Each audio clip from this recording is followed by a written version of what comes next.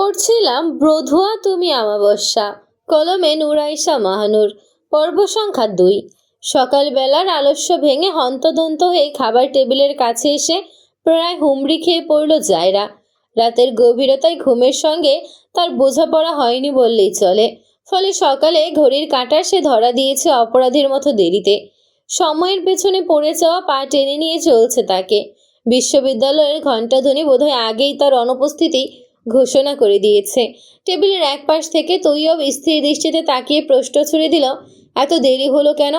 রাতে দেরি করে ঘুমিয়েছিলাম বাবা। কেন? এই কেন শব্দটা আবার প্রশ্নের ধারালো প্রান্তে আচমকা কেঁপে উঠল তার ভেতরটা। ফুয়াদের সেই অস্বস্তিকর, অস্বাভাবিক গভীর অনাবৃত দৃষ্টির পর থেকে সারা রাত জুড়ে এক অদৃশ্য অস্থিরতা তাকে জাগিয়ে রেখেছে। বুকের ভেতরটা কেমন খচখচ করে উঠেছে বারবার। ফুয়াদ নিশ্চয়ই ভেবে নিয়েছে সে তাকে আড়ালে উকি ঝুঁকি মেরে দেখে। এই ভাবনাটুকুতেই জায়রার শরীর বেয়ে শীতল স্রোত নেমে আসে। লোমগুলো বিদ্রোহীর মতো দাঁড়িয়ে পড়ে। মানুষের সামান্য কৌতূহল থাকা কি অপরাধ? অথচ ফুয়াদের তাকানোটা যে কৌতূহলের সীমা ছাড়িয়ে কোথায় গিয়ে থেমেছে সেই হিসাব এখনো মেলাতে পারছে না জায়রা।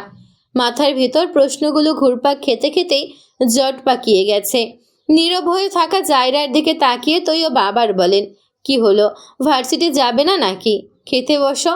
সম্মতি ফিরে আসতেই তড়িঘড়ি চেয়ার টেনে বসে পড়ল জায়রা। তার বসার দৃশ্য চোখে পড়তেই ফারিয়া আর মারিয়া একসঙ্গে চেয়ার ঠেলে উঠে দাঁড়ালো, অসন্তুষ্টের চিরচেনা অনাবৃত ভঙ্গিতে। তৈয়বের কন্যা তারা, আর জায়রা তাদের দৃষ্টিতে নিত্যদিনের অপ্রয়োজনীয় আগন্তুক, যে নাকি তাদের আদরের ভগ্নাংশে কেড়ে নিয়ে বাবার মনোযোগ ছিনিয়ে এনেছে। জায়রা তাদের চোখের বিষ। দুজনকে দাঁড়াতে দেখে তৈয়ব গলা উঁচু করে বললেন, কি ব্যাপার? খাওয়া শেষ না করে উঠে পড়লে কেন? যার বাবা মায়ের কোনো ঠিকানা নেই তার সঙ্গে আমরা এক টেবিলে বসে খেতে পারবো না। মারিয়া কথাটা বলতেই ফারিয়া তাতে যোগ করে আগুন ঢেলে চিৎকার করে উঠল, মা, কতবার বলেছি এই মেয়েটা যেন আমাদের সাথে কখনো খেতে না বসে। নিজেদের বাড়িতে কি এখন শান্তিতে দুমুঠো খেতেও পারবো না? ফারিয়া, মারিয়া, তোমরা কি একটু বেশি বাড়াবাড়ি করছো না? তৈয়বের কণ্ঠ শেষ হতে না হতেই ঝাঁপিয়ে পড়ল শিরিন। ক্ষুব্ধ জন্তুর মতো এগিয়ে এসে জায়রার চুলের মুঠি শক্ত করে চেপে ধরল। মহারানীর এত শখ হলে নিজে নিজেই নাস্তা খেতে পারে না? আমার মেয়েদের খাবারে ভাগ বসাতেই হবে কেন? আমরা কি তার দাস দাসী নাকি? হাতে তুলে খাওয়াবো? যন্ত্রণায় তীক্ষ্ণ স্রোত শিরা বেয়ে ছড়িয়ে পড়ল জায়রার শরীরে। তবুও ঠোঁট নড়ল না, চোখে জল জমল না। সে নির্বিকার সহিষ্ণুতায় প্রতিমূর্তি হয়ে রইল। চেয়ার ছেড়ে উঠে এলেন তৈয়ব। ঠিক তখনই ফুয়াদের মা রাবেয়া এগিয়ে এসে শিরিনের কবজি শক্ত করে ধরে ফেললেন। মাথা খারাপ হয়ে গেছে তোর? মেয়েটার গায়ে হাত তুলছিস কেন? ছেড়ে দে বলছি। কিন্তু শিরিনের আঙুলের ফাঁস এতটাই নির্দয় হয়ে উঠেছিল যে জায়রার চুল ছিঁড়ে আসার উপক্রম হলো। যন্ত্রণার তীব্রতায় চোখের কোণে জমে থাকা সংযম ভেঙে দিল। নোনা জল গড়িয়ে পড়ল গালে। চারিদিকের চিৎকার হট্টগোলে শান্তির ঘুম ছুটে গেল ফুয়াদের। চোখ মেলে তাকানোর শক্তি নেই, তবু কানে এসে ধাক্কা মারা অসহ্য কোলাহল তাকে আর শুয়ে থাকতে দিল না। ক্লান্ত শরীরটাকে কোনো মতে গুটিয়ে একটি টি শার্ট গায়ে চাপিয়ে বেরিয়ে এলো সে। ড্রয়িং রুমে পা রাখতেই দৃশ্যটা তার দৃষ্টিকে বিদীর্ণ করে দিল। শিরিন এখনও শক্ত মুঠোয় জায়রার চুল আঁকড়ে ধরে আছে। হঠাৎই আরেক দফা সজোরে টান। দাঁত কিচকিচ করে শব্দ ছুড়ে দিল সে। এই মেয়ের বাপের কোনো ঠিকানাই নেই। নিজের মাকেও খেয়েছে, আমার মেয়েদের বাবাকেও কেড়ে নিয়েছে। সব কিছুতে ভাগ বসিয়ে এখনো শান্তি হয়নি। আমার মেয়েদের খেতেও দেবে না? চাচি! বাতাস চিরে এক হুঙ্কারে নেমে এলো। পর মুহূর্তেই সজোরে ধাক্কা। ভারসাম্য হারিয়ে হুড়মুড়িয়ে রাবেয়ার বুকের ওপর আছড়ে পড়ল শিরিন। তার কবজি চেপে ধরে ধাক্কাটা দিয়েছে ফুয়াদ। মুহূর্তের ভেতর সবাই বিস্ময়ে পাথর হয়ে দাঁড়িয়ে রইল। ঠিক তখনই বজ্রাঘাতের মতো এক থাপ্পড় এসে ফুয়াদের গাল বরাবর আছড়ে পড়ল। নিয়ন্ত্রণহীন নারীর রুক্ষ হাতের শক্তিতে তার মুখ ঘুরে গেল পাশ ফিরে। বিস্ময়ে আরও এক ধাপ হতবাক হলো সকলে। ফুয়াদ ধীরে ঘাড় ফেরালো। চোখে জমে উঠেছে রক্তিম ক্রোধ। তার দিকে ঠিক একই আছে তাকিয়ে আছে জায়রা নিজেও। রক্তাক্ত লালচে অক্ষি যুগল দিয়ে যেন মুহূর্তেই গিলে ফেলবে ফুয়াদকে। এক হাতে এলোমেলো চুল কানের পেছনে গুজে নিতে নিতে উত্তল হয়ে তেতে উঠল রমণী। আমাদের মাঝে তোমাকে কে ঢুকতে বলেছে? খেলার গায়ে হাত তুললে কোন সাহসে? ফুয়াদ দ্বিতীয়বারের মতো স্তব্ধ হয়ে গেল। কথায় আছে না, যার জন্য করবে চুরি সেই বলবে চোর। তার কাছেও দৃশ্যটা ঠিক তেমনই ঠেকল। গলার কাছে ওড়নাটা সামলে নিতে নিতে জায়রা কণ্ঠ উঁচু করে ছুড়ে দিল, বেশাক তোমার নাকটা সুন্দর, লম্বা, এতে কোনো সন্দেহ নেই, কিন্তু তাই বলে সেই সুন্দর নাক সর্বত্র গলানোর কোনো প্রয়োজন নেই। বিশেষ করে আমার ব্যাপারে, আমার বিষয় থেকে যোজন যোজন দূরত্ব বজায় রাখবে। আর কাউকে শ্বাস ফেলার অবকাশ দিল না সে। টেবিলের উপর দিকে নিজের ব্যাগটা তুলে কাঁধে ঝুলিয়ে দৃঢ় পায়ে বেরিয়ে গেল জায়রা। চলতে চলতেই চোখের বাঁধ ভেঙে পড়ল। বর্ষার উন্মত্ত ধারার মতো অশ্রু আছড়ে পড়তে লাগলো গালে। তার হয়ে কেউ মুখ খুলো কেমন কোনো প্রত্যাশা জায়রার নেই, বরং সে জানে যেই তার পক্ষে দাঁড়ায় সেই শিরিনের চোখে স্থায়ী শত্রুতে পরিণত হয়। এমনিতেই তার জীবনের সংকটের অন্ত নেই। সে চায় না তার জন্য আর কেউ কথা শুনুক, কিংবা তার নাম উচ্চারণ করে নিজেই নিজের মর্যাদা ক্ষয় করুক। উপস্থিত সবাই এখনো বিস্ময়ের ঘোরে আটকে আছে। মুহূর্তের ব্যবধানে কি যে ঘটে গেল কারোরই মাথায় ঢুকলো না। ফুয়াদ পাথরের মূর্তির মতো একই জায়গায় দাঁড়িয়ে রইল। তৈয়ব একবার মেয়ে আর স্ত্রীর দিকে তাকিয়ে কোনো কথা না বলেই সেখান থেকে চলে গেলেন। ফারিয়া মারিয়া ভয়ার্থ দৃষ্টিতে ফুয়াদের দিকে তাকিয়ে আছে। দুজনের শরীরে কাঁপুনি। সেই চরের উত্তাপ ঝাঁজ এসে তাদের উপর পড়ে কিনা সেই নিয়েই তাদের ভয়। ফুয়াদ একবার সবার দিকে তাকালো, তারপর সেও চলে গেল। বাড়ি থেকে অনেক দূরে এক নির্জন পার্কের পাশে এসে থামলো জায়রা। একটি গাছের গুড়ির কাছে এসে ধপাস করে বসে পড়ল সে। শরীর আর ভার বহন করতে পারছে না। পর মুহূর্তে মাটিতে লুটিয়ে পড়ে ফেটে পড়ল তার কান্না। দম আটকে আসা হাহাকার। এলোমেলো হয়ে যাওয়া চুলগুলো আঙুলে গোছাতে গোছাতে রক্তিম আকাশের দিকে তাকিয়ে আর্তস্বরে ভেঙে পড়ল। আমাকে একা ফেলে চলে গেল কেন মা? কেন আমার মুখের দিকে তাকিয়ে থেকে গেলে না কেন? আমি যদি এতটাই বুঝা হতাম তবে আমায় জন্ম দিলে কেন? কেন এই পৃথিবীর বিষাক্ত আলো বাতাসে আমাকে দম বন্ধ অবস্থায় ফেলে দিলে? বাবার পরিচয় নেই, তাতে কি আসে যায়? আমি তো তোমাকে নিয়েই বাঁচতে পারতাম। অনেক দূরে চলে যেতাম, যেখানে কেউ আমাদের চিনত না। তবু তো এমন অপমান গিলে খেতে হতো না। মাথার উপর একটা ছাদ আর এক মুঠো ভাতের জন্য প্রতিদিন এমন নরকে পড়তে হতো না। এত বড় অন্যায় তুমি কিভাবে করলে আমার সাথে? কিভাবে? কেন আমাকে জন্ম দিলে মা? কেন?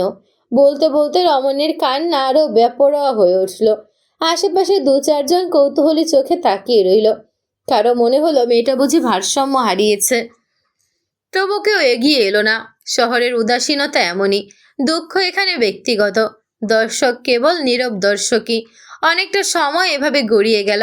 হঠাৎ ব্যাগের ভেতর কাঁপুনি তুলে বেজে উঠল ফোন। হেঁচকি গিলে নিতে নিতে জায়রা সেটি বের করলো। ফোনের স্ক্রিনে উঠেছে তৈয়বের নাম।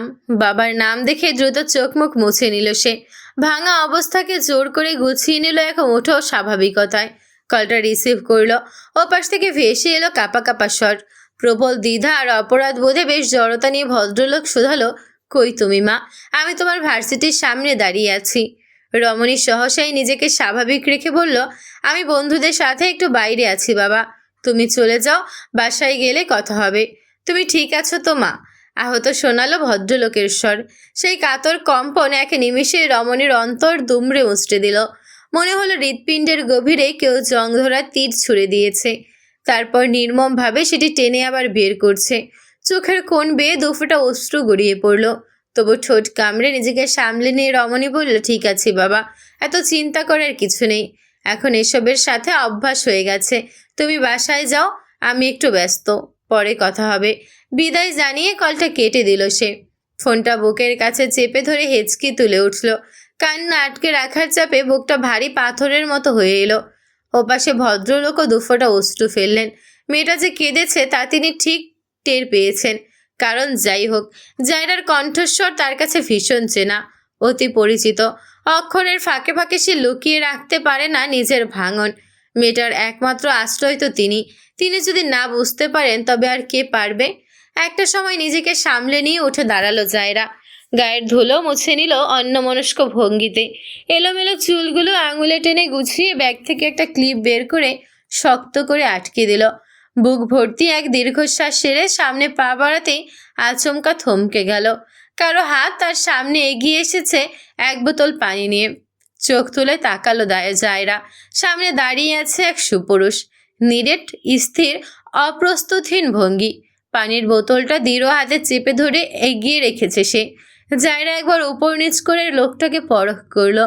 সিমছাম গড়ন, পরিচ্ছন্ন পোশাক, চোখে অকারণ চাহনি নেই। দেখলে যে কারোরই মনে হবে ভদ্র ঘরের সন্তান। তবুও প্রশ্ন জাগলো, সে কেন তার সামনে? জায়রা সন্দেহর খাতিরে চারপাশে একবার তাকালো। না, আশেপাশে আর কেউ নেই। বোতলটা এখনো তার দিকেই বাড়ানো। ভ্রু কুচকে হালকা ইশারায় প্রশ্ন ছুড়ে দিল জায়রা। লোকটা এক হাতে রোদ চশমা খুলে নিল, সরাসরি জায়রার চোখের ভেতর তাকালো। দৃষ্টিতে কোনো বাড়তি আগ্রহ নেই, কেবল অবিচল স্বাভাবিকতা। তারপর নিরেট কণ্ঠে বলল, কান্না করে একদম হুতুম প্যাঁচার মতো দেখাচ্ছে, পানি দিয়ে চোখ মুখ ধুয়ে নাও, ফ্রেশ লাগবে। জায়রা নাক সিটকিয়ে তাকালো লোকটার দিকে। মনে মনে ভাবলো, এ আবার কোন ক্ষেতের মূলা? যুবক একগাল হেসে প্রায় ফিসফিসিয়ে নিরেট কণ্ঠে বলে উঠল, কান্না করলে জল ভেজা মুখে একদম অপসরের মতো লাগে। How cute. লোকটার বাক্য ঠিকমতো কানে ঢুকলো না জায়রার। এক্সকিউজ মি, আমাকে কিছু বলছেন? না না, তোমাকে না। বাই দা ওয়ে, আমি সীমান্ত সৈয়দ। তো আমি কি করব? বিস্ময় মাখা বিরক্তি নিয়ে প্রশ্নটা ছুড়ে দিল জায়রা। সীমান্ত ঠোঁটের কোণে হাসি আটকে রেখে বলল, তোমার পরিচয়টা জানতে পারি? অবশ্যই না। আর এক সেকেন্ড সময় নষ্ট করল না সে। সীমান্তকে পাশ কাটিয়ে হাঁটা ধরল। পিছন থেকে লোকটা ফিসফিসিয়ে নিয়ে ভেসে এলো। ইমপ্রেসিভ। পর মুহূর্তে আবার পায়ের শব্দ। সে পিছন পিছনে আসছে। জানতে পারি এমন বুক ফাটা কান্নার কারণটা কি? না। ওকে, নো প্রবলেম। তাহলে অন্তত নামটা তো বলতেই পারো। না। ঠিকানা? এবার পা থেমে গেল জায়রার। ধৈর্যের শেষ প্রান্তে দাঁড়িয়ে সীমান্তের দিকে তাকালো সে। আমি আপনাকে চিনি? না। আপনি আমাকে চেনেন? না। তাহলে আমার পিছু নিচ্ছেন কেন? চিনি না ঠিকই, কিন্তু পরিচয় তো হতেই পারি। আসলে অনেকক্ষণ ধরে দেখছিলাম তুমি কাঁদছিলে। ভাবছিলাম কাছে যাব। পরে আবার মনে হলো যদি তুমি ভুল কিছু ভাবো। পরে কেন এলেন? এখনও তো আমি অনেক কিছু ভেবে নিয়েছি। কি? এই যে আপনি একটা ছ্যাঁচড়া মানুষ, দেখছেন আমি ইগনোর করছি, তাও পিছু পিছু আসছেন। সীমান্ত নির্বাক বোকাশোকা এক ব্যাককলের মতো তাকিয়ে রইল জায়রার পানে। তার মুখে ভাষা আটকে গেল। মেয়েটা কি তাকে ছ্যাঁচড়া বলল? হ্যাঁ, তাই তো বলেছে। জায়রা আর সীমান্তকে বিন্দুমাত্র গুরুত্ব না দিয়ে সামনে এগিয়ে গেল। কিছু দূর যেতেই হঠাৎ এক পরিচিত কণ্ঠ সজোরে ডাকলো, এই জায়রা, ওখানে একা একা কি করছিস? সীমান্ত থমকে গেল। নামটা তার কানে লেগে গেল।